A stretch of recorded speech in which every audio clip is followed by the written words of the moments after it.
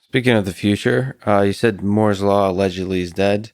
So do you agree with Dave Patterson and many folks that Moore's law is dead, or do you agree with Jim Keller, who says uh, who's standing at the helm of the pirate ship, saying it's Still not dead, alive. it's still alive? Yeah.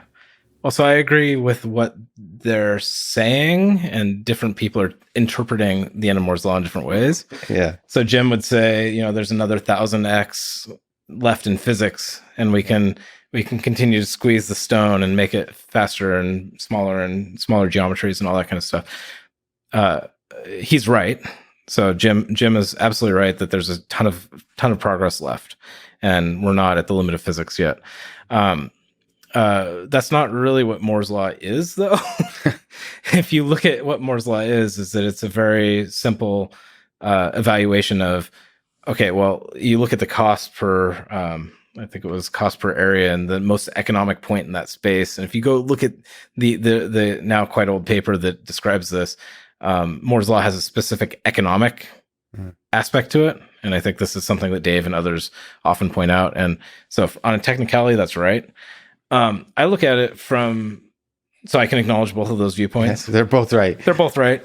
I'll give you a third wrong Yeah, viewpoint that may be right in its own way, which is single-threaded performance doesn't improve like it used to. And it used to be back when you got a Pentium 66 or something, and the year before you had a Pentium 33, and now it's twice as fast, right? Well, it was twice as fast at doing exactly the same thing.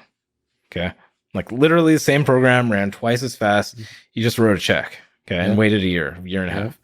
Well, so that's what a lot of people think about Moore's law, and I think that is dead. And so what we're seeing instead is we're pushing people to write software in different ways. And so we're pushing people to write CUDA so they can get GPU compute and the thousands of cores on GPU. We're talking about C programmers having to use P threads because they now have 100 threads or 50 cores in a machine or something like that. You're now talking about machine learning accelerators that are now domain specific. And when you look at these kinds of use cases, you can still get performance. And Jim will come up with cool things that utilize the silicon in new ways for sure, but you're also going to change the programming model. right. And now when you start talking about changing the programming model, that's when you come back to languages and things like this too, because often what you see is like you take the C programming language, right? The C programming language is designed for CPUs. And so if you want to talk to a GPU, now you're talking to its cousin, CUDA.